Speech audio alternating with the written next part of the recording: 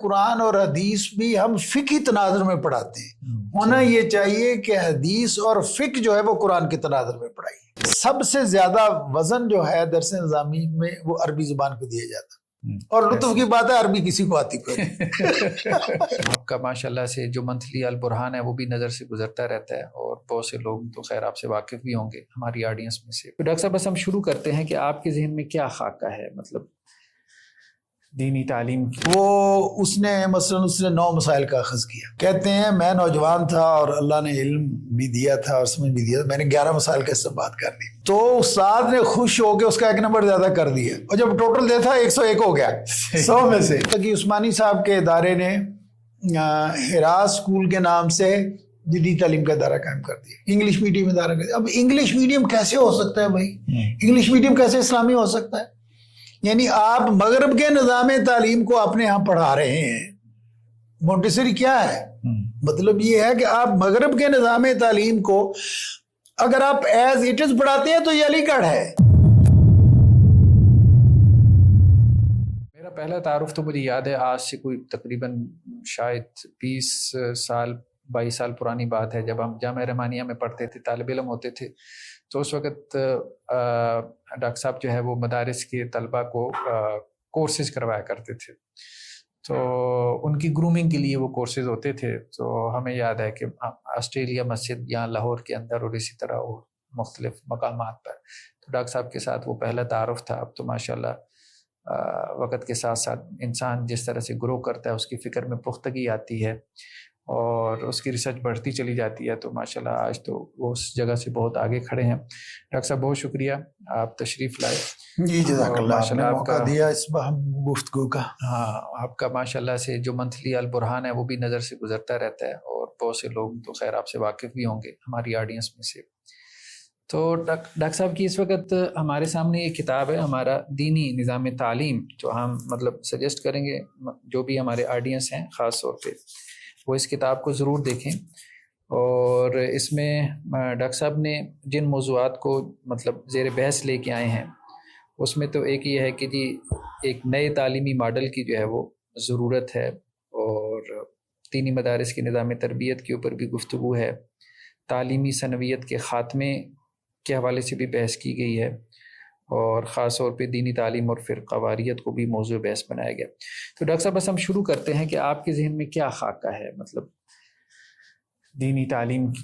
جی میں سمجھتا ہوں کہ ڈاکٹر صاحب یعنی ہم تعلیم پر گفتگو یا اس کی اصلاح پر گفتگو سے پہلے جو چیز بنیادی ہوتی ہے وہ ہے تعلیم سے پہلے ہوتا ہے علم، اور علم سے پہلے بھی ہوتا ہے مصدر علم یا علمیات، جس کو ہم اردو والے کہتے ہیں ایپسٹیمالوجی جس کہتے ہیں۔ ایپسٹیمالوجی اس لیے عام ہے کہ وہ اس میں یہ بات زیر بحث آتی ہے کہ علم کیا ہے، علم کا مصدر کیا ہے، اس کی اقسام کیا ہے، اس کے مقاصد کیا ہیں، علم نافع کیا ہے، کون سا علم حاصل کرنا چاہیے، یہ ایپسٹیمالوجی میں زیر بحث آتے ہیں۔ اور کوئی ان کو اس لفظ کو جانے یا نہ جانے، بہرحال جو بھی آدمی تعلیمی ادارہ قائم کرتا ہے یا تعلیم کے بارے میں سوچتا ہے تو اس بارے میں بہرحال اس کو کوئی نہ کوئی فیصلہ کرنا پڑتا ہے۔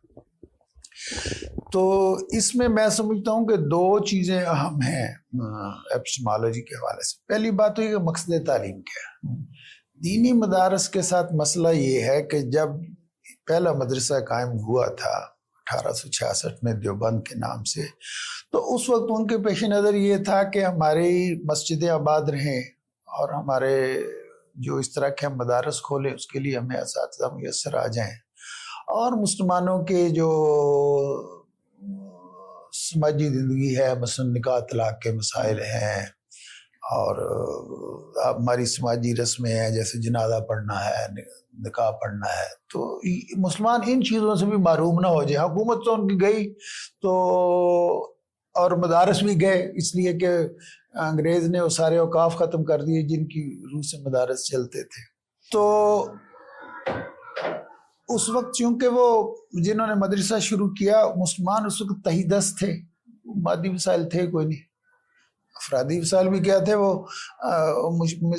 مشہور ہو گیا تھا پڑے فارسی بیچے تیل، اس لیے کہ اس وقت قومی زبان فارسی تھی، تو مطلب یہ تھا کہ انگریزی نہیں پڑھو گے اور فارسی عربی پڑھو گے تو پھر لون تیل بیچ کے روٹی کماؤ گے، نہ کوئی سروس ملے گی، نہ کوئی سلسلہ نہیں تھا. تو اس وجہ سے افرادی قوت بھی کوئی نہیں تھی، اس لیے کہ اب استاد رکھیں گے تو اس کو کچھ دینا پڑے گا نا، اس کے کھانے پینے کا انتظام، طلبا تو کوئی وسائل تھے ہی نہیں. بلکہ مشہور ہے کہ دیوبند میں ایک درخت کے نیچے مٹی کی مسجد تھی، ایک درخت کے نیچے ایک استاد ایک شاگرد کو لے کے پہلے دن بیٹھا. تو مطلب یہ ہے کہ وسائل بالکل نہیں تھے، اس لیے انہوں نے کہا کہ ہم منیمم پاسبل جو ہمیں پڑھانا چاہیے ہم وہ پڑھا دیں. تو لیکن جب مدرسہ تھوڑا گرو کر گیا اور کچھ متوجہ ہوئے لوگ اس کی طرف اور چل نکلا، تو ریکارڈ پر ہے مولانا مناظر حاصل گیلانی علیہ الرحمہ نے اپنی کتاب بر صغیر کا نظام تعلیم جو ہے اس میں لکھا ہے بات، اور حوالہ دیا ہے باقاعدہ دیوبند کی مجلس شورا کی جو کاروائیاں ہیں ان کا، کہ مولانا عبدالرشید گنگوہی علیہ الرحمہ نے کہا مولانا قاسم نانوتوی صاحب کو کہ میاں یہ یونانی فلسفہ اور منطق پڑھنے کی بجائے تو بچے انگریزی بھی پڑھ لے تو دنیا ہی کے کام آ جائے گی. تو انہوں نے توجہ دلائی ان کو، اور وہ سرپرست تھے شروع ہی سے، لیکن عملاً بہت اس میں انوالو نہیں تھے. مدرسہ چلانے کا کام مولانا قاسم نانوتوی صاحب نے. تو مولانا رشید احمد گنگوہی علیہ الرحمہ کے کہنے پر 2 سال کم کیے گئے اچھا دیوبند کے نظامی تعلیم میں سے ان کو جدید عصری تعلیم دینے کے لیے. یہ بالکل ابتدائی زمانے کی بات ہے، اب مجھے سن یاد نہیں ہے، وہ مولانا مناظر حسن کتاب دیکھے وہ سن بھی دیکھا جا سکتا ہے. تو وہ 4-5 سال تک کوئی متبادل الزام بنا نہیں سکے، کوئی ڈھب بنا نہیں سکے. تو اس وجہ سے پھر وہ 6 سال بعد دوبارہ وہ 2 سال جو تھے وہ دینی تعلیم کو دی گئی. اچھا، اس کے بعد سے مولانا شیخ الہند محمود حسن علیہ الرحمہ نے جب وہ واپس آئے ہیں مالٹا سے تو انہوں نے پھر کوشش کی کہ جدید تعلیم عصری تعلیم والوں کو ہم قریب لانے کی کوشش کریں. تو علی گڑھ سے ان کا معاہدہ ہوا کہ 2 سال تک ہمارے بچے آپ کے ہاں جایا کریں گے فراغت کے بعد، اور آپ کے بچے فارغ ہو کے ہمارے پاس آیا کریں گے. یہ معاہدہ ہو گیا، اور اس کی امپلیمنٹیشن کے لیے پہلا گروپ جو تھا وہ علی گڑھ کا دیوبند آ گیا پڑھنے کے لیے، آیا باقاعدہ. اچھا، اس میں بدقسمتی میں سمجھتا ہوں ہماری مستقبل کی تعلیم کی، یا جو بھی کہنا چاہیے، اس میں ہوا یہ کہ ان میں سے ایک آدمی CID کا ایجنٹ تھا اور وہ پکڑا گیا. اچھا، پکڑا گیا، نمایاں ہو گئے. تو مدرسے والوں نے سارے لڑکوں کو نکال دیا، اور وہ جو ایکسچینج آف اسٹوڈنٹس کا پروگرام تھا وہ ختم ہو گیا، اور اس کے بعد سے وہ کبھی نہیں بن سکا. تو بات پھیل جائے گی، مطلب اس وقت تاریخ بیان کرنا مقصود نہیں. بات میں یہ کر رہا تھا کہ اس وقت بھی لوگوں کو یہ احساس تھا کہ یہ جو ہم پڑھا رہے ہیں یہ کافی نہیں ہے، یہ کافی نہیں ہے.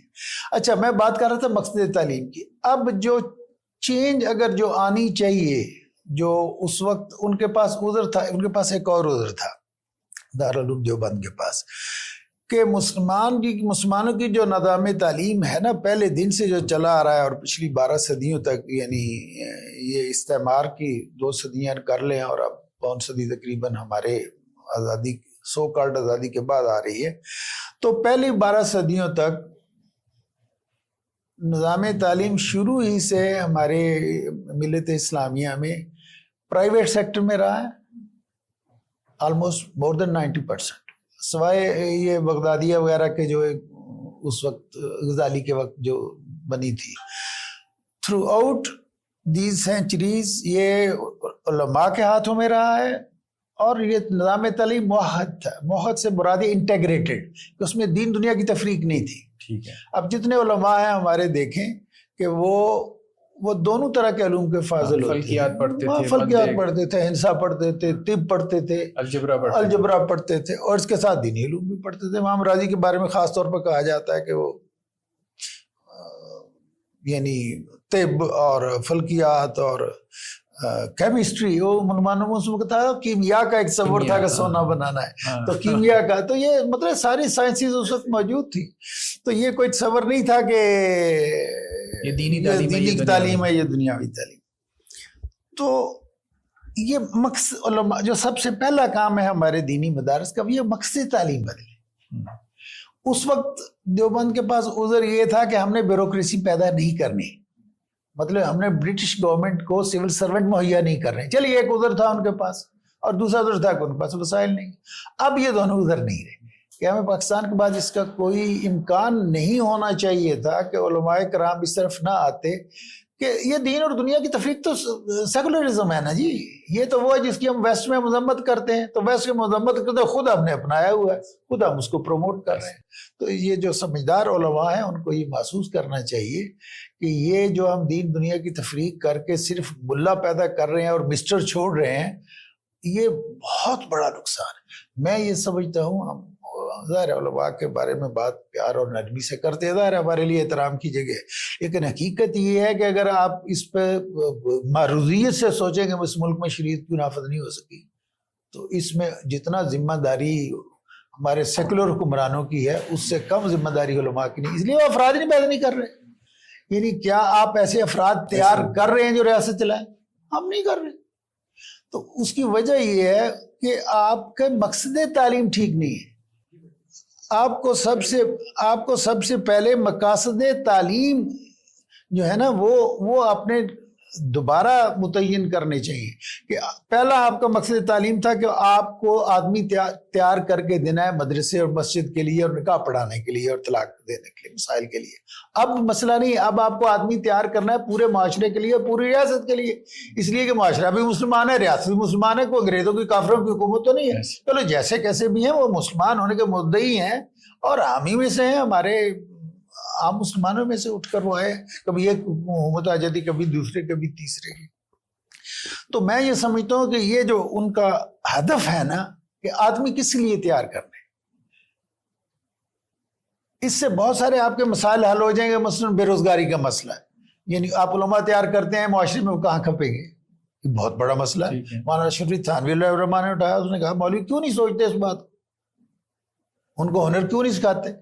یہ جو ابھی آپ سے پہلے بات ہو رہی تھی نصاب مدنی کی، اس میں حضرت مولانا حسین احمد مدنی نے 1933 میں سلہٹ میں ان کے کچھ مرید تھے جو لوگ مدارس چلا رہے تھے، تو وہ وہاں آتے تھے جب مدینہ شریف سے، تو وہ آ کے مدارس میں یہاں پڑھاتے تھے، کام کرتے تھے.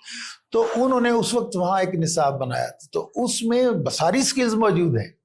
یعنی اس وقت جتنی ساری سپورٹس بھی موجود ہیں، یعنی کھیلنے کے سارے جتنے اس وقت موجود تھے، گٹکا اور یہ اور وہ، اور تو وہ سارے اس وقت انہوں نے ساری سپورٹس بھی شامل کی اس میں، اور ساری سوشل سائنسز بھی اس میں شامل ہے. تو الگ بات ہے کہ یہ وہ اس کو جب وہ دیوبند میں صدر مدرس ہو گئے تو اس کے باوجود وہ اس کو نافذ نہیں کر سکے. تاریخ کا جبر ہے، میں سمجھتے ہوں حالات ایسے ہیں.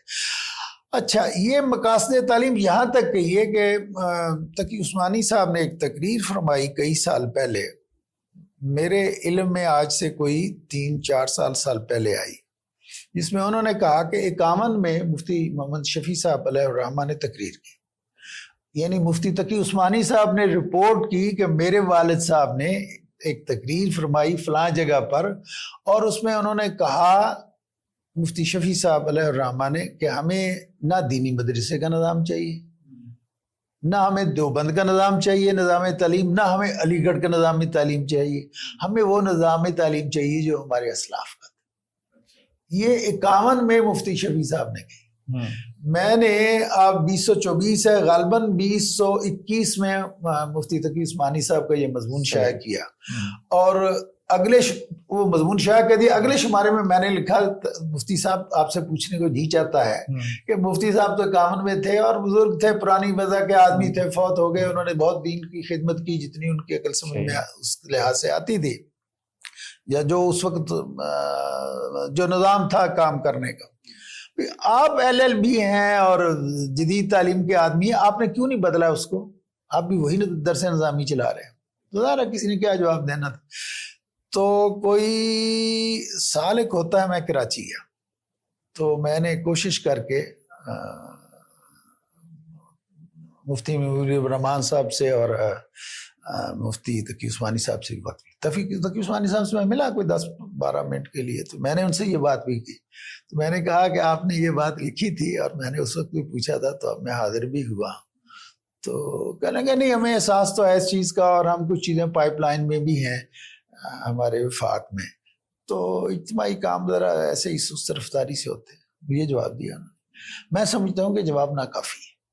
اچھا, بات اصولی ہو رہی تھی کہ ایک تو یہ کہ مقصد تعلیم بدلنا چاہیے, ان کو یہ طے کر لینا چاہیے مدارس کو, ان کے وفاقوں کو, یا جو بھی ان کے سوچنے سمجھنے والے لوگ ہیں وہ اس بات کو اٹھائیں. میں تو عرصے سے اٹھا رہا ہوں, میری بات تو کوئی سنتا نہیں ہے.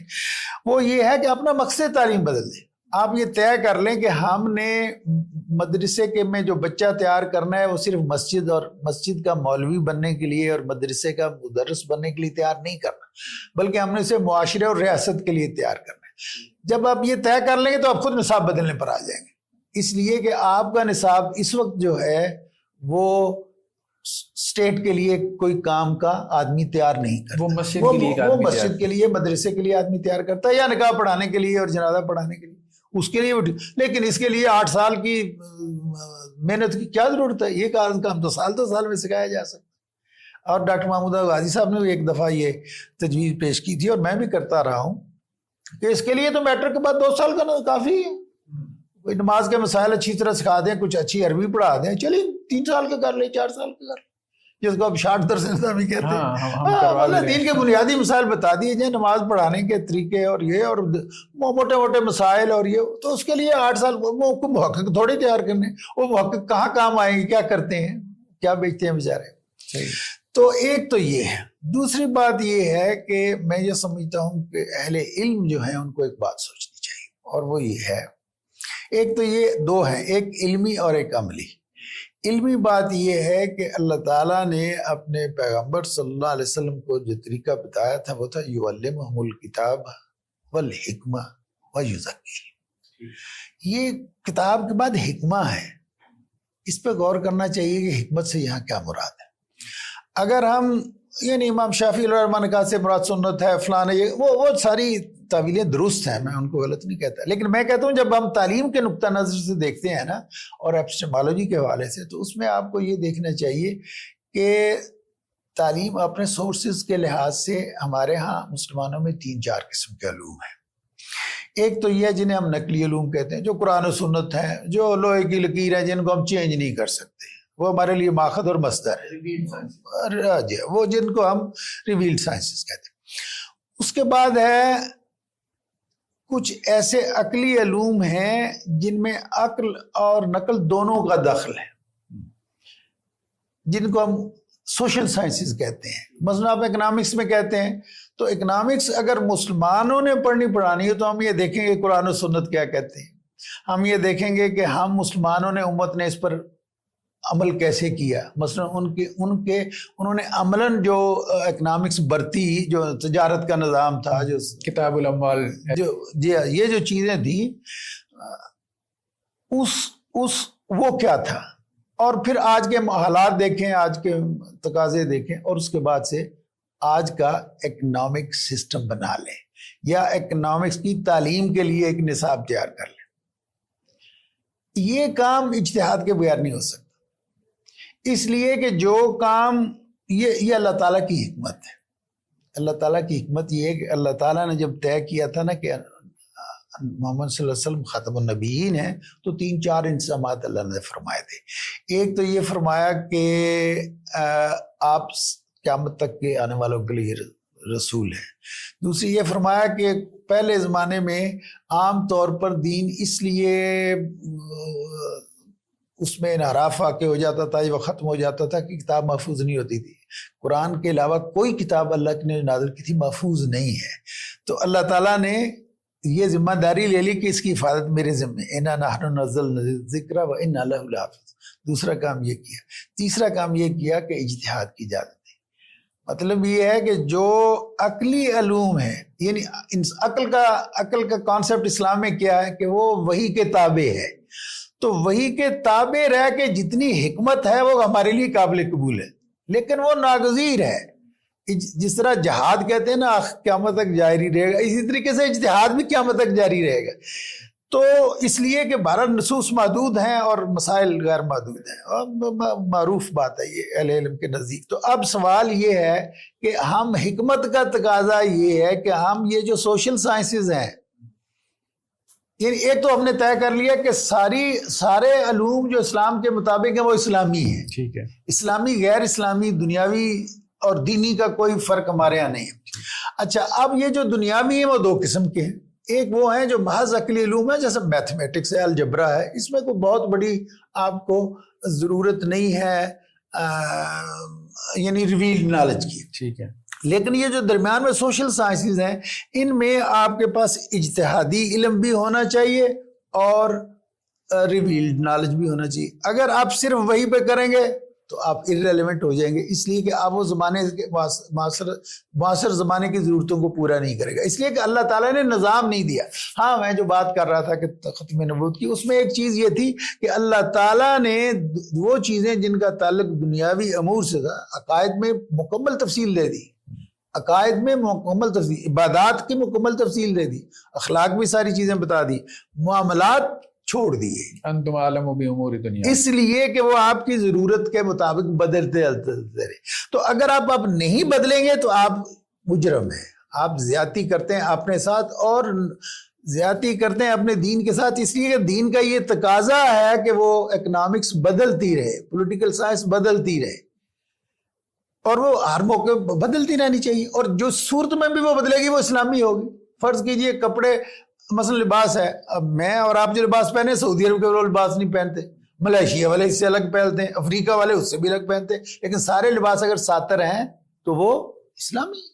تو مطلب یہ تھا کہ یہ جو اجتہادی علوم ہے نا، یہ اجتہادی علوم میں اجتہاد جاری رہنا چاہیے، اور وہ علوم دین کا حصہ ہیں، یعنی اسلامی معاشیات کے بغیر آپ کیا دین پڑھائیں گے، اور اسلامی سیاسیات کے بغیر آپ ملک کا سیاسی نظام کیسے چلائیں گے؟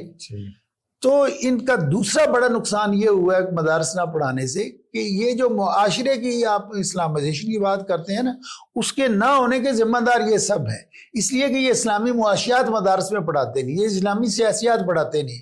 اب جب آپ ایسے آدمی تیار ہی نہیں کر رہے جو ریاست کو چلائیں، تو ریاست اسلامی کیسے ہوگی بھی؟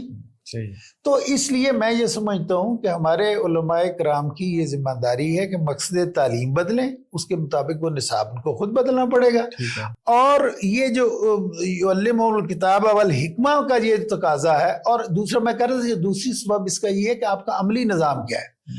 آپ کا یہ جو 1200 سال تک نظامی تعلیم رہا ہے وہ دین اور دنیا دونوں پر مبنی تھا، ٹھیک ہے۔ اس کی ایک مثال ابھی ہم نے امام راضی کی تھی، دوسری تازہ مثال جو ہے وہ ہم دیتے ہیں حضرت شیخ احمد سرحدی رحمۃ اللہ علیہ کی، جن کو لوگ مجدد الفسانی کہتے ہیں، اور ان کے ساتھ احمد معمار لاہوری تھا جس نے آگرے والا یہ محل تعمیر کیا، تاج محل بنایا، اور تیسرا آدمی تھا یہ چنیوٹ کا رہنے والا، اس کا نام تھا، ابھی میں بھول رہا ہوں، عطا الرحمان یا کیا، وہ یہ اس شخص تھا جس نے جہانگیر کی بیٹی کے لیے یہ چپرچی والا جو بچا ہوا ہے نا، یہاں کوئی کئی ایکڑوں میں اس نے دریا کے کنارے باغ بنایا تھا جہانگیر کی بیٹی کے لیے، تو اس کا بچا کچھ حصہ آج کل وہ چوبرجی ہے، وہ ایکچولی دریا کے کنارے بہت بڑا باغ تھا، کئی ایکڑوں میں پھیلا ہوا۔ پھر اس کو پنجاب صوبے کا گورنر بنا دیا گیا، پھر جہانگیر نے اس کی خوبیاں دیکھ کے اس کو بلا لیا، اور پھر وہ ساری مغل سلطنت کا چیف منسٹر بن گیا۔ یہ تینوں کلاس فیلو تھے، حضرت احمد سرحدی، احمد معمار لاہوری، دیکھیے یعنی کتنے پائے کے عالم ہیں۔ ایک جو ہے وہ دین کا ستون ہے، اور جس نے اکبر کے ظلم و ستم کو اور الحاد سے امت کو بچایا، اور دوسرا آدمی ہے جس نے ایسا آرکیٹیکٹ ہے کہ وہ مثال ہے کہ دنیا اس کا جیسا آج تک کام نہیں کر سکی، دنیا کے عجائبات میں اس کا شمار ہوتا ہے، اور تیسرا آدمی مغل امپائر کا جو کابل سے لے کر بنگال تک اور کہاں سری لنکا تک پھیلی ہوئی تھی اس کا، تو تینوں کلاس فیلو۔ تو مطلب یہ ہے کہ ہمارے ہاں تصور یہ ہونا چاہیے کہ آپ ایسے آدمی تیار کریں جو ریاست چلائیں، صحیح، جو ریاست چلائیں، جو معاشرہ چلائیں، امام محمد علیہ الرحمہ سے منقول ہے کہ انہوں نے کہا کوئی آدمی ان سے ملے ہے تو انہوں نے کہا میں کئی دن سے آپ کے مدرسے میں آ رہا ہوں مجھے نظر نہیں آتے. تو انہوں نے کہا میں تو سوق میں بیٹھا ہوتا ہوں جا کے بازار میں مارکیٹ میں بیٹھا. انہوں نے کہا کیوں؟ انہوں نے کہا یار یہ روز میرے پاس مسئلے لے کے آ جاتے ہیں تو میں کیا سمجھوں گا, جب تک سمجھوں گا نہیں ان کا جواب کہہ دوں گا. تو میں جا کے اس لیے مارکیٹ میں روز جا کے بیٹھ جاتا ہوں تو ان کے دیکھوں گا ہو کیسے, تجارت کیسے ہو رہی ہے, کیا اصول ہیں, کیا ضابطے ہیں, کیا قانون ہیں, ان میں سے کون سا اسلامی ہے کون سا غیر اسلامی ہے. تو اسی لیے وہ اثر ہے. بعض اوقات بعض لوگ کہتے ہیں حدیث ہے, غالباً حدیث نہیں ہے کہ من لم یعرف اہل زمانہ فہو جاہل.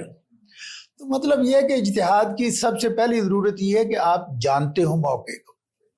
تو کا خلاصہ یہ ہے کہ مدارس میں سوشل سائنس اور ہیومینٹیز کی علوم پڑھانے چاہیے اور وہ اسلامی تعلیم ہے, وہ اسلامی تعلیم اور آدمی تیار کرنا چاہیے معاشرے اور ریاست کے لیے, یہ ضروری ہے. اچھا, اس میں جو درمیان میں ہمارے یہاں کچھ تجربات ہوئی آپ ان کو کس نظر سے دیکھتے ہیں؟ جیسے ندوہ کا تھا اور ابھی بھی ہو رہے ہیں, حالیہ جامعۃ الرشید نے بھی کچھ کاوشیں کی ہیں, کیا یہ آپ کے خیال میں نہیں؟ میں یہ سمجھتا ہوں کہ ہمارے ہاں جو اس کو ہم کہتے ہیں رول ماڈل, میں سمجھتا ہوں کہ ہمارے یہاں پاس دو ہی رول ماڈل ہیں اور تیسرا رول ماڈل میں نے طویل برسوں میں اس پر سوچ کے اس کا خاکہ تو تیار کر دیا ہے, عملاً دینی قوتوں نے اور معاشرے کے نے اتنا ساتھ نہیں دیا کہ ہم کام کر سکے. کرنا تو ہم چاہتے تھے, اب بھی کرنا چاہتے ہیں, لیکن اس میں جو مقصود اصل میں یہ ہے کہ رول ماڈل, دیکھیے جو بندے کا رول ماڈل تھا لیکن اس نے دنیاوی علوم کو چھوڑ دیا. اچھا, علی گڑھ کھلا تو اگرچہ سر سید احمد خان نے یہ کہا تھا کہ ہم اس کو دین سے صرف نظر نہیں کریں گے, دین کو سامنے رکھیں گے, لیکن عملاً وہ ہو نہیں سکا اور ہو نہیں سکتا تھا. یہ جب اس نے علی گڑھ بنایا تو اس نے, میں نے البرہان میں بھی یہ بات لکھی کہ انہوں نے اپنا آدمی بھیجا مولانا رشید احمد گنگوئی کے پاس کہ میں نے مسلمانوں کی بہتری کے لیے ایک دارالعلوم کھولا, اس کا نام ہی دارالعلوم ہے. انہوں نے کہا میں نے مسلمانوں کی بہتری کے لیے دارالعلوم کھولا ہے تاکہ ان کو عصری علوم کی تعلیم دی جائے, تو آپ میری حمایت کریں. وہ کہنے لگے کہ او یار میں تو قال اللہ قال رسول ہی پڑھاتا رہا ہوں تو مجھے تو ان باتوں کا پتہ ہی کچھ نہیں. صحیح ہے. تو مولوی قاسم صاحب سے جا کے تم ملو, وہ لفظ استعمال فرمایا کہ وہ مبصر ہے, یعنی ان کو بصیرت ہے ان باتوں کی اور وہ آپ کو بتائیں گے. اتفاق سے وہ بیٹھے ہوئے تھے, بھائی وہ آدمی گیا نہیں تھا تو مولانا قاسم صاحب آ گئے ان سے ملنے کے لیے. تو انہوں نے کہا جی لو جی مولوی قاسم صاحب آ گئے. تو انہوں نے کہا آپ بتاؤ تم نے سید احمد خان نے کیا پیغام بھیجا ہے؟ تو اس نے پیغام بھیجا کہ سر سید نے کہا کہ میں نے مسلمانوں کی بہتری کے لیے دارالعلوم کھولا ہے تو آپ میری حمایت کریں, میری سرپرستی فرمائیں. تو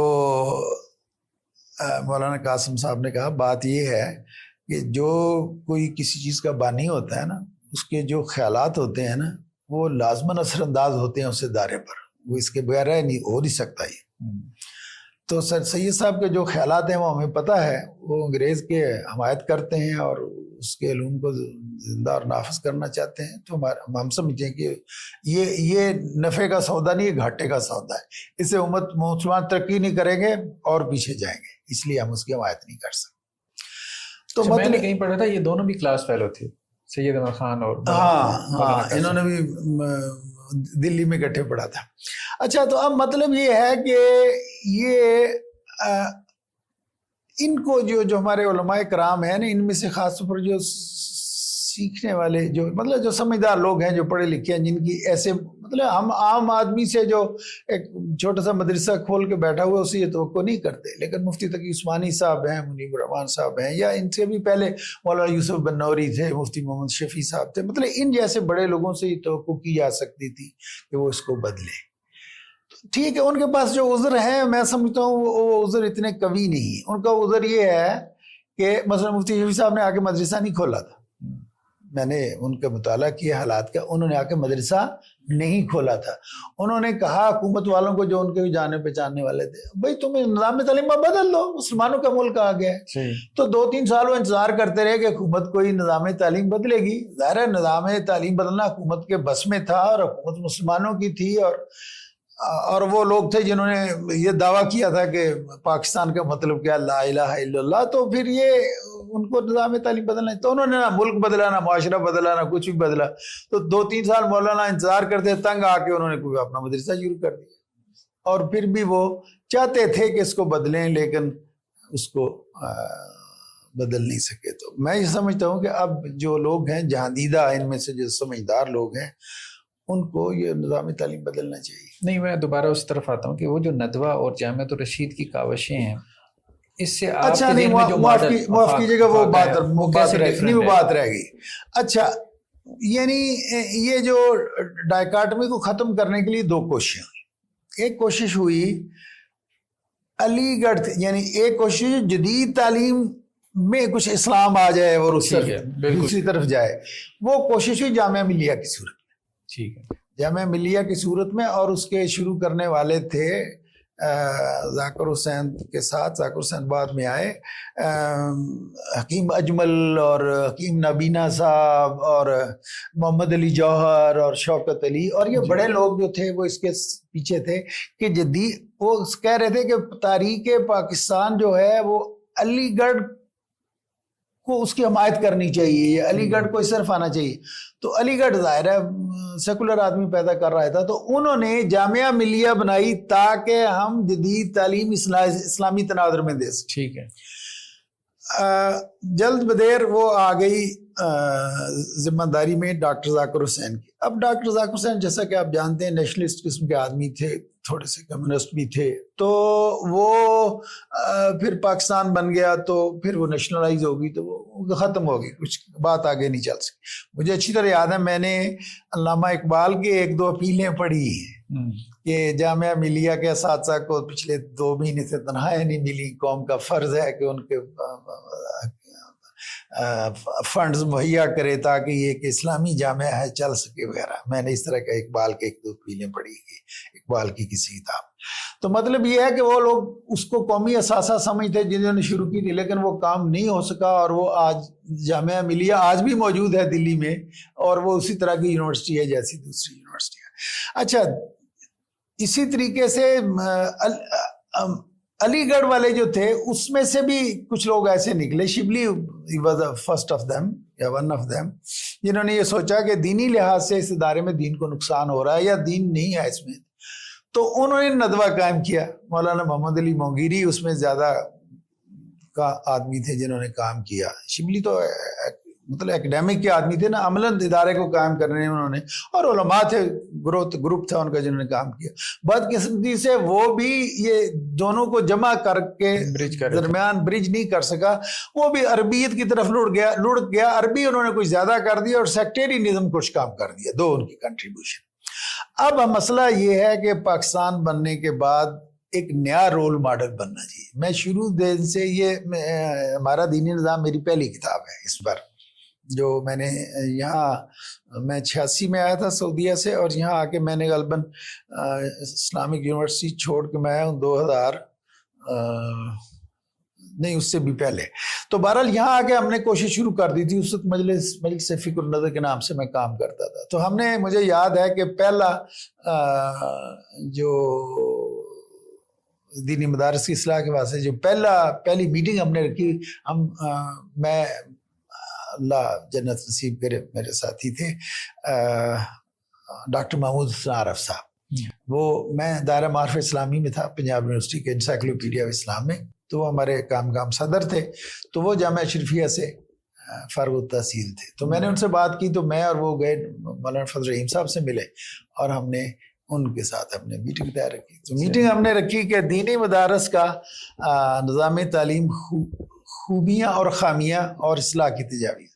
اور ہم نے اس کے لیے بلایا ڈاکٹر خالد علوی صاحب کو کہ وہ درس نظامی پاس بھی تھے، مدرسے کی جٹائیوں پر بھی پڑھے تھے، اور پھر برمنگھم چلے گئے، اسلامک سینٹر قائم کیا اور وہاں PhD کی وغیرہ وغیرہ. تو مطلب دونوں علوم کے وہ حاصل تھے. تو ان کی ہم نے تقریر رکھی.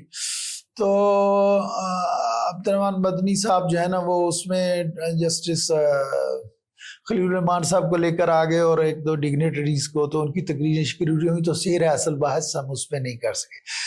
مغرب کی اذان ہوگی, اثر سے مغرب تک پروگرام تھا. جو ہم سیڑھی اوپر فرسٹ فلور پر تھے, جب ہم سیڑھیاں اتر رہے تھے مسجد میں جانے کے لیے نماز کے لیے, تو مجھے ساتھ ساتھ ہم اتر رہے تھے, تو ڈاکٹر سرفراز نعیمی شہید اللہ جنت نصیب کرے وہ میرے ساتھ کہنے لگے ڈاکٹر صاحب مزہ نہیں آیا, کوئی سیر حاصل گفتگو اس پہ نہیں ہوئی. تو میں نے کہا ڈاکٹر صاحب دوبارہ رکھ لیتے ہیں. صحیح ہے. تو وہ کہنے لگے میرے یہاں رکھ لیجیے, اور عصر کے بعد نہ رکھیے, مغرب کے بعد رکھیے, ہم کھانا بھی آپ کو کھلائیں گے. تو ہم نے پھر سارے مدارس کے علماء کو وہ وہاں بلایا. اچھا پھر ہماری ایک کمیٹی بن گئی. میں نے ایک چارٹر آف ڈیمانڈ نہیں کہنا چاہیے, ایک فریم ورک سا بنا کے مدارس میں کن اصلاحات کی ضرورت ہے, میں نے وہ ایک 3-4 صفحے کا ایک فریم ورک سا بنایا, اور میں نے علماء کرام سے درخواست کی کہ ہم اس پر غور کریں. تو الحمدللہ سارے مان گئے. تو دیوبندی علماء میں مولانا فضل رحیم صاحب تھے, مولانا عبدالرؤف صاحب تھے, زاہد الراشدی صاحب تھے. اہل حدیث علماء میں ہمارے ساتھ حافظ عبد الرحمن مدنی تھے, اور جامعہ سلفیہ والے 2 آدمی تھے, مولانا یاسین صاحب اور دوسرے بٹ صاحب جو فوت ہو گئے, یونس بٹ صاحب اور مولانا یاسین صاحب ہر دفعہ فیصل آباد سے آتے تھے, اللہ ان کو خوش رکھے. تو اسی طریقے سے بریلوی علماء میں ڈاکٹر سرفراز نعیمی تھے, مفتی محمد خان قادری تھے, تو جماعت اسلامی سے مولانا عبد المالک آ جاتے. تو اس طرح ہمارے سارے علماء اس میں بیٹھے ہوئے. تو ہم نے کچھ 6-8 مہینے ایکسرسائز کی, ہر چند ہفتے بعد ہم بیٹھتے تھے, وہ اس پیپر کو ہم ڈسکس کرتے تھے. بالآخر ہم نے کوئی 7-8 مہینے کے میٹنگوں کے بعد ہم اس پہ سب نے کچھ چیزوں پہ اتفاق کر لیا. میں نے وہ اتفاق نامہ جو تھا اس پہ سب کے دستخط کروا لی, وہ اس میں موجود ہیں. اچھا ہاں, سب علماء کے دستخط موجود ہیں اس کتاب میں, اور وہ جو ساری کارروائی ہوئی وہ میں نے سارے لکھ لی. تو اس کتاب میں مضامین کا ابتدائی حصہ ہے, باقی ساری وہ کارروائی ہے جو ہم نے مدارس کے نصاب کو بدلنے کے لیے کی اور پورے نظام تعلیم کو بدلنے کے لیے کی. تو اس میں سارے مان گئے, یعنی سارے علماء کے دستخط موجود ہیں. مجھے اچھی طرح یاد ہے ایک دفعہ ہمارے کسی پروگرام میں پنجاب کا وزیر تعلیم آ گیا, یہ کیا نام تھا جو عمران صاحب, یہ کیا تھا, گجرات کے جو تھے عمران, وہ وزیر تعلیم تھے. تو اسٹیج پہ بیٹھا تھے, میں نے کتاب کے یہ صفحے دکھائے جس میں علماء کے دستخط ہیں, تو وہ حیران رہ گئے, کہنے لگے سچ مچ یہ بات صحیح ہے, یہ ہمارے واقعہ ہے کہ علماء نے, سارے علماء نے اس میں دستخط کیے ہیں کہ یہ ہونا چاہیے. نہ صرف یہ, میں نے بلکہ جب دستخط ہو گئے تو اگلی میٹنگ میں میں نے متبادل نصاب ان کو بنا کے دیا, وہ بھی اس میں چھپا ہوا ہے. اچھا. ہاں, تو مطلب کہاں, اور یہ بات ہے کوئی 90 کی دہائی کی. ہاں, تو مطلب یہ ہے کہ کام تو ہم نے کیا سر سے, لیکن سچی بات یہ کہ سب کے باوجود سارے وفاقوں کے علماء کے دستخط ہیں اس پر, لیکن کم ہی کسی نے اس پر عمل کیا ہے.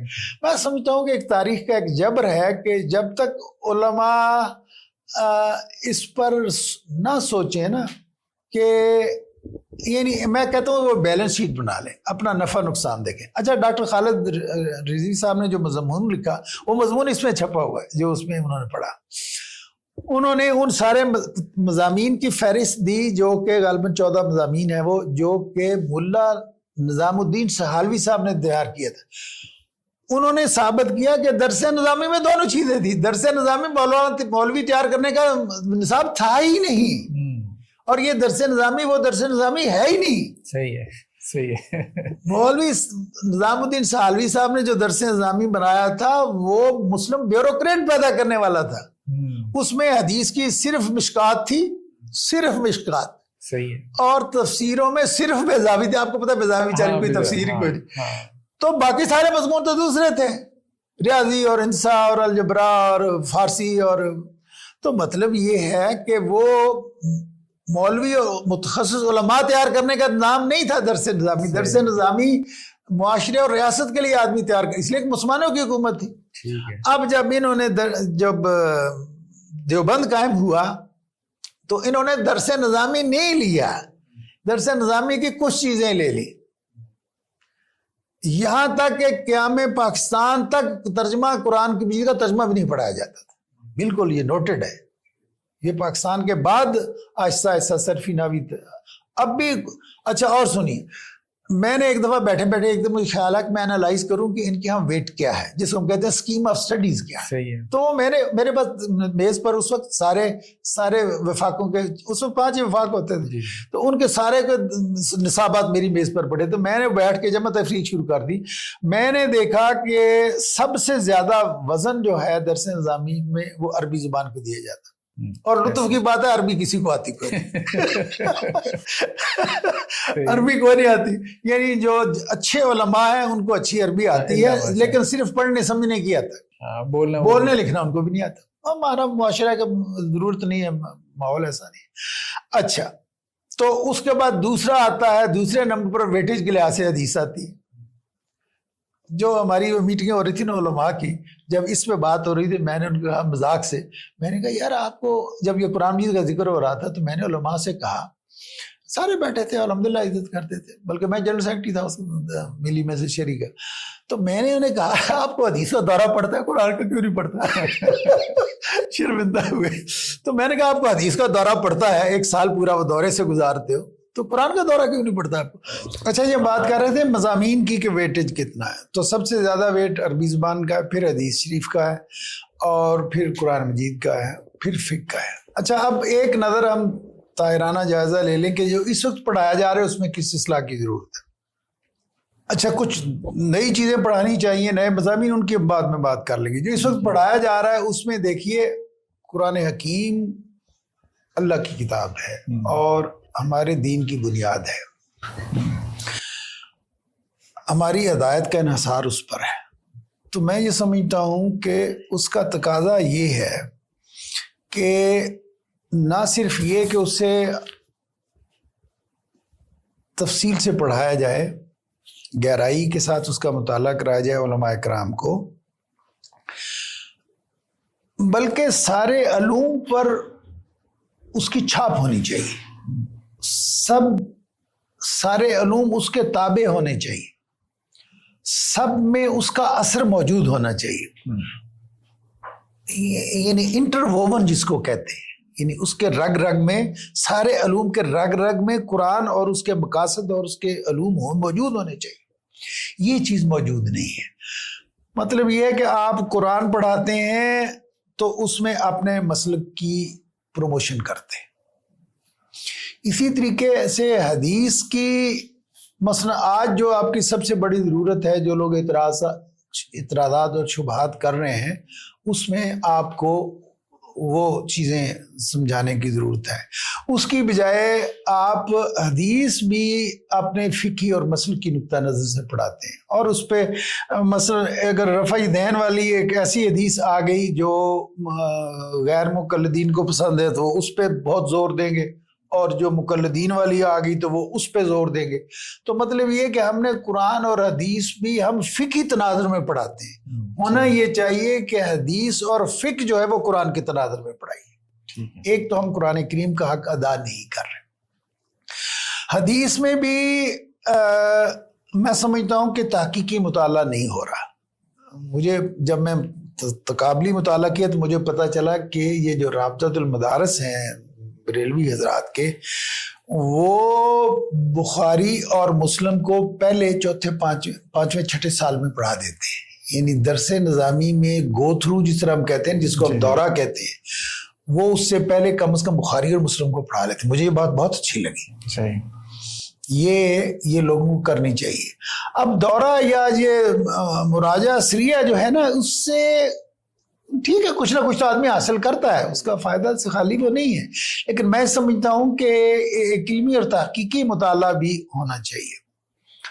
اور اس کے بعد آ جاتی ہے فقہ. تو فقہ میں ہمارے ہاں بہت خرابی ہے. فقہ میں نے مولانا عبد المالک صاحب سے بھی پوچھا اور اہل حدیث حضرات سے بھی پوچھا، دونوں جو ہیں وہ ہدایہ پڑھاتے ہیں. یعنی دیوبندیوں کے، میں اتباع میں نہیں کہتا، چلیے یعنی اس کی فیملیئر ہونے کی وجہ سے یا معروف ہونے کی وجہ سے ہدایہ فقہ کی ایک اہم کتاب. لیکن فقہ میں 2-3 بہت بنیادی ضرورتیں ہیں جو پوری نہیں ہو رہی. پہلی بات تو یہ ہے کہ فقہ کا پہلا تقاضا یہ ہے کہ فقاہت پیدا کی جائے طالب علم میں، اس کے اندر اجتہاد کی صلاحیت پیدا کی جائے. اس کا نام نہیں ہے بالکل.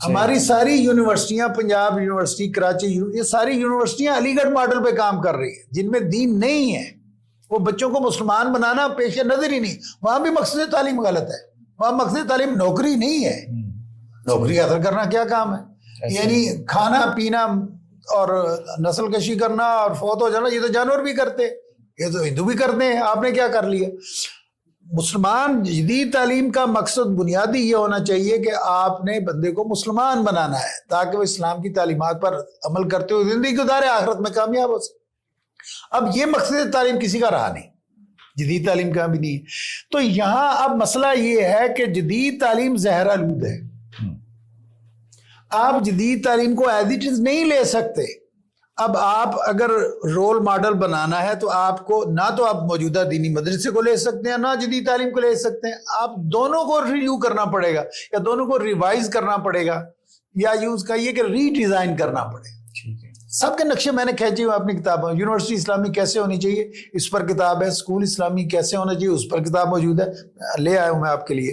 اور مدرسہ اسلامی کیسے ہونی چاہیے، مطلب یہ ساری چیزوں پہ ہمارے یہاں الحمدللہ میں نے سوچا اور لکھا. تو مطلب یہ ہے کہ ہمارے ہاں میں دیکھنے کا موقع نہیں مل سکا، لیکن جو دور دور سے مجھے اطلاعات مل رہی ہیں وہ خوشگوار نہیں ہے. مطلب یہ ہے کہ آپ اور یا جو لوگ کہتے ہیں کہ ہم دینی مدرسے کے اندر کچھ BA MA کرا دیں تو وہ بات بن جائے گی، وہ بات نہیں بنتی ہے ایسے. اس میں یا تو بڑے ہو کے یا تو اکثر ایسے لوگ بھی ہو گئے ہیں جو داڑھی چھوٹی کر دیتے ہیں، ٹوپی چھوڑ دیتے ہیں وغیرہ، پینٹیں پہننا شروع کر دیتے ہیں. یہ ہوتا ہے. یا بہت تھوڑے لوگ جاتے ہیں. یونیورسٹی میں کتنے لوگ ہیں جو درس نامی فارغ ہیں. تو اب رجحان ضرور ہوا ہے، MPhil اور PhD کی طرف لوگ آ رہے ہیں، اچھی بات ہے. لیکن اس سے جو صحیح بلینڈ جس طریقے سے ہونا چاہیے وہ نہیں ہو رہا اور نہیں ہوگا. اس کے لیے پہلی شرط جو ہے جس کی طرف علماء توجہ نہیں فرما رہے اور فرما ہی نہیں سکتے، وہ ہے اسلامائزیشن آف نالج، اس کو کہتے ہیں. یعنی اس وقت جو علوم ہیں ان سب پہ مغرب کی گہری چھاپ ہے، اس کی الہادی فکر کی. وہ تہذیب غیر اسلامی ہے اور وہ فکر 100% غیر اسلامی ہے. ہومنزم، سیکولرزم، لبرلزم، کیپٹلزم، فیمنزم وغیرہ، یہ سارے سائنٹسزم، یہ سارے علوم یہ سارے غیر اسلامی. اب ان کی بنیاد پر جو تہذیب کھڑی ہے ذرا وہ بھی غیر اسلامی ہے. تو اب جب تک ہم ان علوم کو رد نہ کریں اور ان علوم کو رد نہ کریں جو ان تھیوریز کی بنیاد پر بنے ہیں، اور ان کو دیکھیے Islamization is not the proper word for that. میں چھوڑ دیا اب اس کو. اب میں کہتا ہوں reconstruction of social sciences in Islamic perspective. یعنی یہ نہیں ہے کہ جو انہوں نے بنائی ہے ہم اس کو تھوڑا بہت ڈینٹنگ پینٹنگ کر کے دخ اندوزی کر کے تو اس میں پیچ ورک کر کے تو ہم اس کو اسلامی بنا لیں. یہ نہیں ہے. ہمیں بنیادی کام کرنا پڑے گا اکنامکس کا، کہ یہ نہیں ہے کہ ان کی اکنامکس کی کتاب پکڑی اور اس میں کچھ آیتیں ڈال دی اور یہ اس طرح سے کوئی اکنامکس جو ہے وہ اسلامی نہیں ہو جاتی.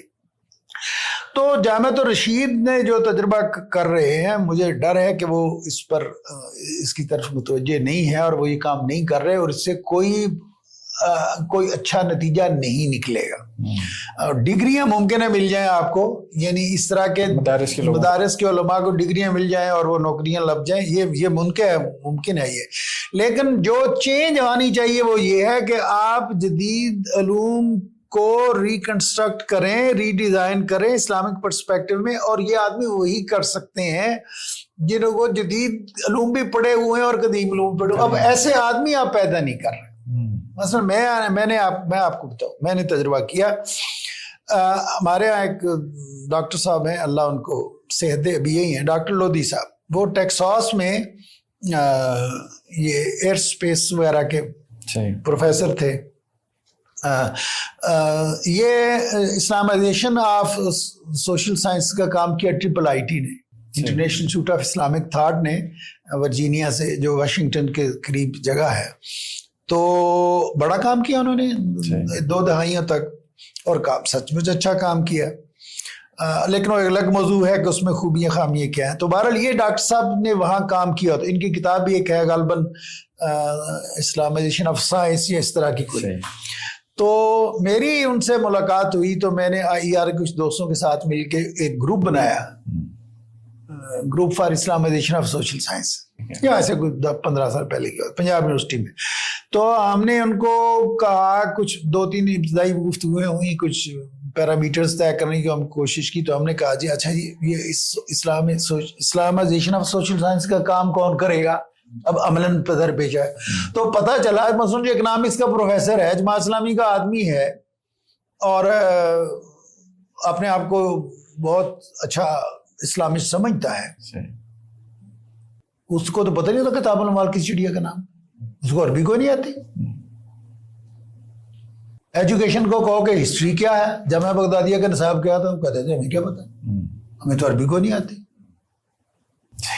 پولیٹیکل سائنس سے بات کی تو کہتے اچھا جی ماوردی کون تھا, ہمیں تو پتہ ہی نہیں ماوردی کون. تو اس کا نتیجہ یہ نکلا کہ سب نے کہا جی پہلے ہمیں عربی پڑھاؤ. تو ہم انہیں عربی پڑھانے میں لگ گئے اور اسلامائزیشن کا تربیت ہو گیا. عربی میں کچھ لوگ آتے تھے, کچھ نہیں آتے تھے, ایسے ایسا پروگرام ختم ہو گیا. تو مطلب یہ ہے کہ ہم ایسے آدمی تیار نہیں کر رہے جو قدیم اور جدید کے جامع ہوں, اور جو 2-4-10 آدمی اس ملک میں موجود ہے ان سے کام کوئی نہیں لیتا, یا ان کے پاس وسائل نہیں ہے کہ یہ کام کرے. میں نومبر 22 میں کابل گیا, طالبان سے ملے, ان کی یونیورسٹیاں دیکھیں, جا کے دیکھے. میں ایک پرائیویٹ یونیورسٹی میں گیا, اس نے کہا اور ڈاکٹر امین خدا کے لیے کچھ کرو. میں نے کہا میں کیوں کروں. انہوں نے کہا کہ یہاں جو امریکن یونیورسٹی بنائی تھی امریکیوں نے, جیسا انہوں نے امریکن یونیورسٹی بیروت ہے, امریکن یونیورسٹی کارا ہے, انہوں نے امریکن یونیورسٹی کابل میں بھی بنائی تھی. تو انہوں نے اس کا نام رکھ دیا انہوں نے انٹرنیشنل اسلامک یونیورسٹی. اچھا, لیکن مجھ سے پوچھو یہ اکنامکس وہی پڑھا رہے ہیں جو امریکی پڑھا رہے تھے, یہ سائیکالوجی وہی پڑھا رہے ہیں جو وہ پڑھا رہے تھے, یہ اینتھروپولوجی وہی پڑھا رہے ہیں جو امریکی پڑھا رہے تھے. تو تمہارے یہاں اگر سوشل سائنس کی اسلامائزیشن پہ کام ہوا ہے تو ہمیں دو, مجھے دو. اس نے کہا میری یونیورسٹی ہے, ہم بھی یہی پڑھا رہے ہیں, اس لیے کہ کام ہے ہی کوئی نہیں, کسی نے سوشل سائنس کی اسلامائزیشن کا کام کیا ہی نہیں کسی نے. تو میرے بھائی علماء بیچاروں نے تو پڑھی نہیں, انہوں نے اسلامائزیشن کیا کرنی ہے. جو جدید ہیں وہ بھی اندھوں میں کانے راضی ہیں, ان میں بھی بہت کم لوگ ایسے ہیں جو اس کی صلاحیت رکھتے ہیں. میں نے آگے یہاں دوبارہ کوشش کی, مجھے ناکامی ہوئی. ایک تو وسائل نہیں ہے, مادی وسائل نہیں ہے, ظاہر جو بھی کام کریں گے آپ کو لائبریری بنانے پڑے گی, اسکالر بنانے پڑے گی. ایک تو وسائل کوئی نہیں, مادی وسائل کوئی نہیں, اور افرادی وسائل بھی کوئی نہیں ہے. یعنی میں نے اگلے دن پچھلے مہینے ایک دوست سے بات کر کے کہا یار پنجاب یونیورسٹی میں کچھ ایسے آدمی ہیں مختلف سائنسز کے شعبوں میں جو اسلامائزیشن سوشل کام کر رہے ہیں. بلکہ میں نے کوشش کی آج سے کوئی 10-12 سال پہلے کی بات ہے. میں نے کہا اچھا مدارس کے لوگوں کو اگر ہم نہیں پڑھا کے دے سکتے سارے علوم, تو میں ڈاکٹر لودھی اور پروفیسر ملک محمود حسین اور پروفیسر وقار قاری, لودھی صاحب نہیں تھے, ہم 3 آدمی مل کے 2-3 دن یونیورسٹی کے ایک ہی شعبے میں گئے. اس میں جو اسلامی ذہن کا آدمی تھا اس کو کہا کہ تم ایسا کرو کہ مثلاً بیالوجی ہے, ہم بیالوجی کے پروفیسر کے پاس گئے جو اسلامی ذہن کا آدمی تھا. ہم نے اس سے کہا تم کہو کہ بیالوجی کے بارے میں اسلام کا نقطہ نظر کیا ہے, اب 10-15 صفحے اس پہ لکھ دو. پھر دیکھو کہ ویسٹ نے بیالوجی میں کیا آج تک کام کیا, اب کوئی 20-30-40 صفحے 50 صفحے اس پہ لکھ دو, اور آخر میں 10 صفحوں میں کوئی تھوڑا سا تقابل کر دو. اردو میں یہ کوئی 70-80 صفحے کی چیز تیار کر دو. بڑی مہربانی آپ کی, یہ دین کی بڑی کام ہے. ہم ایک ڈپارٹمنٹ میں گئے, وہاں سے ایک آدمی کو جو اسلامی ذہن کا چنا تھا اور اس کو یہ اسائنمنٹ دی, انہوں نے کہا جی ہم کریں گے کام. کوئی 10-12-15 آدمیوں سے ہم نے رابطہ کیا. پھر ایسا ہوا کہ میں ان کو یاد کراتا رہا, پھر دیکھا نہیں ہلتے تو پھر میں گیا دوبارہ ان کے پاس. پھر میں نے کہا نہیں ہلتے تو 4-6 مہینے بعد میں پھر وقار قاری صاحب کو لے کے آؤ, پھر ہم تینوں آدمی گئے, پھر سب لوگوں کو پھرے. 1.5 کے بعد نتیجہ 0 تھا اور کسی نے کوئی آدمی نے کام کر کے نہیں دیا. تو مطلب یہ ہے کہ میں یہ سمجھتا ہوں کہ احمد جاوید صاحب نے ایک دفعہ مذاق سے کہا کہ داڑھی کا لوس رکھ دو لوگ داڑھی رکھتے ہیں، لوگ داڑھی رکھنا شروع کر دیں. لوگوں نے عبد الرحمان کیا نام آیا تھا اس کا، عطاء الرحمان، اس نے پی ایچ ڈی کے لیے لانس رکھ دیا، سارے لوگوں نے PhD کرنا شروع کر دیا. تو اس نے کہا دنیا، جاوید صاحب نے کہا کہ دنیا کو یعنی دین کو نافع بنا دو دنیا کے لیے، تو لوگ دین کی طرف آ جائیں. تو مطلب یہ ہے کہ اب اس لیے میں کہتا ہوں کہ اگر حکومت یہ پروجیکٹ کرے تو کر سکتی ہے، یا ہمیں کہیں سے وسائل اللہ تعالیٰ مہیا فرما دیں کسی طریقے سے، یا اللہ پیسے والے بہت ہے اس ملک میں، ایک آدمی اس شہر میں ایسا ہے جو یونیورسٹی اکیلا کھڑی کر سکتا ہے. لوگوں کے پاس پیسے کی کمی نہیں ہے، لوگوں کے پاس ویژن نہیں ہے، رائے نہیں ہے. مولانا ابوالحسن ندوی صاحب ایک دفعہ بات کر رہے تھے تو انہوں نے کہا کہ میرا اندازہ یہ ہے کہ ہمارے اکثر لوگ بد رائے نہیں ہیں، ہمارے اکثر لوگ بے رائے.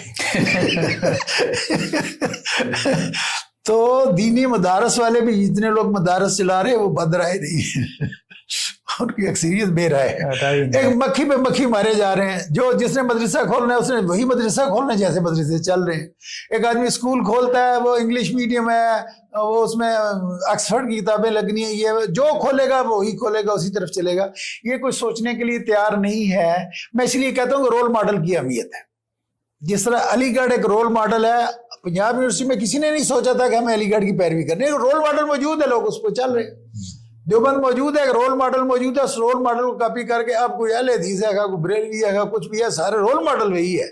یعنی مدرسہ وہی ہے، درس نام اس آپ درس نظامی نہیں بدل سکتے. آپ کا نام درس نظامی رہے گا، اور اس میں وہ درس نظامی نہیں ہے جو مولانا نظام الدین سالوی نے بنایا تھا، لیکن نام درس نظامی رہے گا، آپ اسے بدل نہیں سکتے. آپ بدلیں گے تو آپ کی بات سنے گا کوئی نہیں، اور اس میں جو چیزیں پڑھائی جا رہی ہیں اس کو بھی کوئی نہیں بدلتا.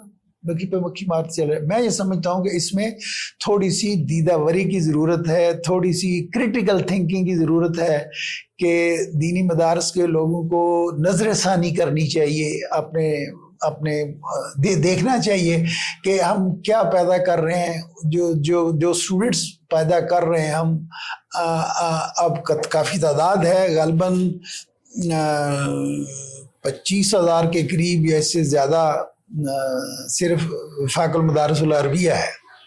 تو اتنے ہی سارے باقی ملا کے بھی ہو جائیں گے، تو 50,000 مدارس اور کوئی 5 لاکھ کے قریب مسجدیں ہیں. بڑا ایسٹ ہے ہمارے پاس.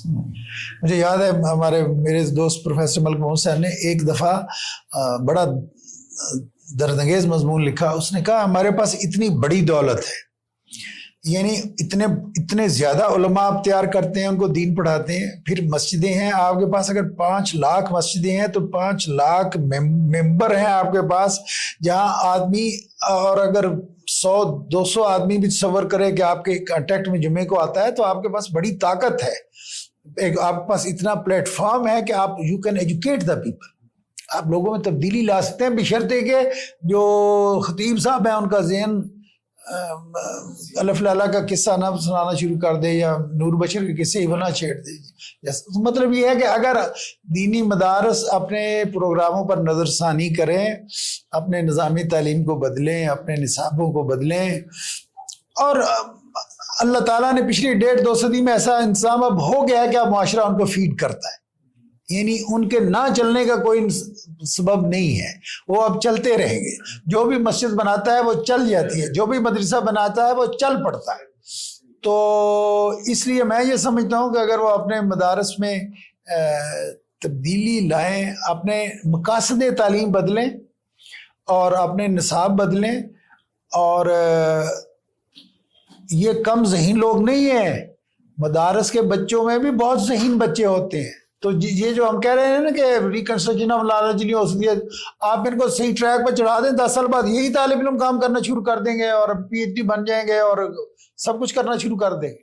بالکل ان میں بہت ذہین بچے ہوتے ہیں. تو میں سمجھتا ہوں کہ اگر یہ صحیح رخ پر سوچنا شروع کر دیں، اور ان کے جو بڑے علماء ہیں، جو سینئر علماء ہیں، میں سمجھتا ہوں کہ ان کی ذمہ داری زیادہ ہے کہ وہ پورے سسٹم پر ایک دفعہ نظر ثانی کریں. دیکھیے باہر سے کوئی کرے گا تو خرابی پیدا کرے گا، ایسے ہی ہے. تو صحیح اصلاح نہیں، اول تو وہ پھر کھڑے ہو جائیں گے، ہم ایکسیپٹ نہیں کریں گے. اس لیے بہتر یہ کہ وہ اپنے اندر سے اصلاح کی کوشش کریں، تبدیلی لانے کی کوشش کریں، اور وہ تبدیلی لا سکتے ہیں. اور کوئی ایسی بتدریج کی بھی ضرورت نہیں ہے. میں سمجھتا ہوں کہ وہ چند سالوں میں اس کی شکل بدلی جا سکتی ہے بشرطے کہ ویژن ہو اور ارادہ ہو. تو یہی میں بتا رہا ہوں کہ دینی مدارس بڑی قوت ہے, بڑی ورک فورس ہے ان کے پاس, ہیومن فورس ہے.